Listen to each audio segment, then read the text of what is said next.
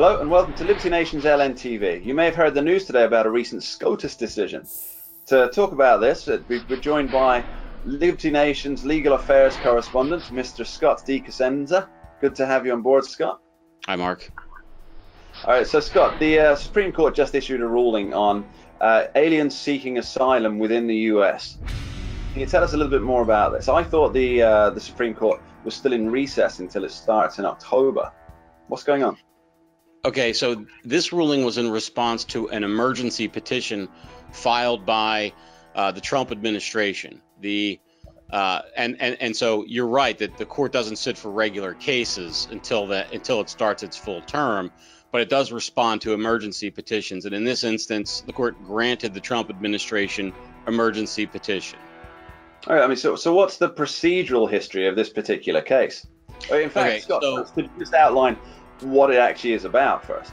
Right. So I think I can answer both with the same answer. So the Trump administration implemented a rule that said that people who were seeking asylum, and this chiefly applies to folks from Central America, who wish to seek asylum from their home country, that they do so in the next safe country that they reach. So, for instance, if you are from Southern Central America, you can't walk to the United States of America and then seek asylum there because you have had to pass through a number of basically, legally speaking, safe places through where you could seek asylum, and that the asylum law requires you to do so. You don't get to just pick where you'd like to go and seek asylum there. If you're truly an asylum seeker, the law says as soon as you're safe, you need to seek asylum. And this is an attempt to drastically reduce the hundreds of thousands of people seeking asylum at our southern border. Sorry to interrupt you, Scott. Am I right in thinking that what the Trump administration is looking to do here is not create a new law or a new rule, but rather enforce the existing international rules on claiming asylum within the first safe country? Is that accurate? Well, that's what their argument is. The people who are challenging that rule would say that that's not the case. That what they're doing is, while that you may be correct, that's the stated understanding, or rather the stated rules, that's not how they have been interpreted and applied in the United States. But let me just get back briefly to the history. So what happens is the Trump administration implements this rule, and a judge in California, a federal district judge called John S. Tigar, who is an Obama appointee, rules in a nationwide injunction that the Trump administration cannot enforce this rule. The administration appeals Judge Tigar's ruling to the Ninth Circuit Court of Appeals, and the Ninth Circuit says they give a partial win to the administration. They say, well, you're right, we cannot issue a nationwide injunction in this case, but we can have an injunction that takes place within the Ninth Circuit. So, for instance, along the California and Arizona borders, they can enforce this rule, but not anywhere else in the country. The Ninth Circuit also says that only under the current facts can it not be a nationwide injunction. And they say to Judge Tigar, if you add additional findings, meaning if in a court proceeding there's more evidence developed that it would be appropriate to make this a nationwide injunction, then it can be granted nationwide. And that's what happens. In other words, the case then goes back from the Ninth Circuit, back to Judge Tigar's San Francisco Federal District Court.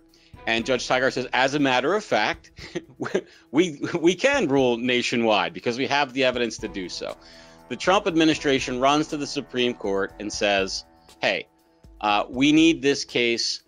We need to be able to enforce our rule while we appeal this ruling, which will eventually reach the Ninth Circuit, and then hopefully, and then if we lose in the Ninth Circuit, then to the Supreme Court.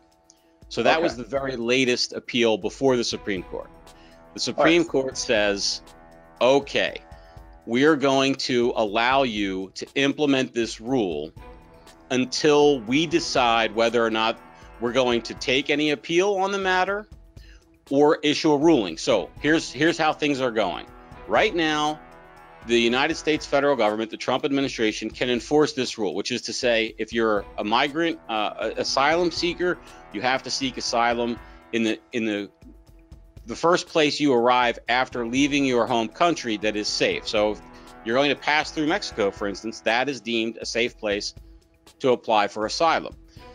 Meanwhile, the Ninth Circuit Court of Appeal will be ruling on the actual merits of the case.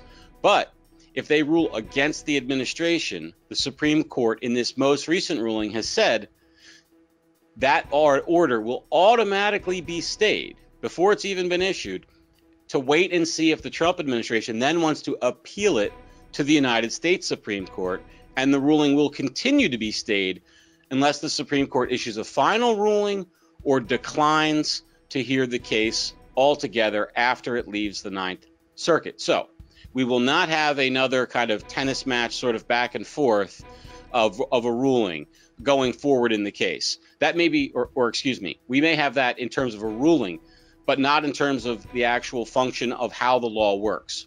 What's going to happen now is the ban will stay in place unless and until the Supreme Court rules to counter that in the coming term.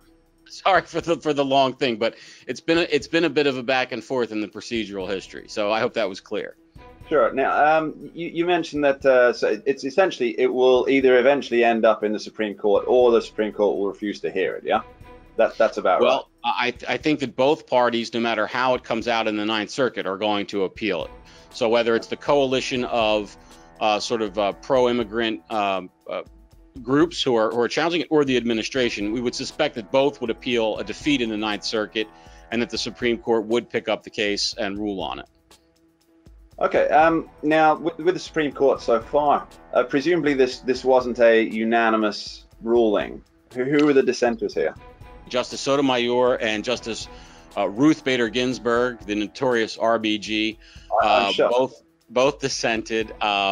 Justice Sotomayor actually wrote a written dissent from the order and discussed that she thought that chiefly the procedural history, and I would say that Ginsburg signed on to Sotomayor's opinion, and they basically said, or Justice Sotomayor basically said, that to seek relief in this manner requires a significant burden, which is to say, for the Supreme Court to grant emergency relief and reach down below the circuit court to pull the case sort of out of the district court, where part of it lies, to issue this ruling is extraordinary, and that the government hasn't met the burden that would allow it to issue this extraordinary relief. So that's how she couched her objection to the court's ruling. And so would you class that as a bright line, or is it too early to say? Well, with an order rather than an opinion, I don't think I ever would say it's a bright line for an order. All right, but I mean, do you care to speculate about the eventual outcome after the ping pong match? Well, given that it was a 7-2 opinion on the order, and that this kind of policy making is so historically bound in the executive, I suspect that the administration will win. But we may as well consult the magic 8 ball, because with this administration and the current makeup of the court, it's who knows. Well, thanks for that, Scott. Very interesting input. Thank you, Mark. And thank you to you at home for watching. We hope you enjoyed this. We hope you learned a little something as well. If you did enjoy it, click the subscribe button down below, whether you're on YouTube or Vimeo. And if you like, head over to libertynation.com, where we've got great articles, podcasts, radio, the works. Hope to see you soon.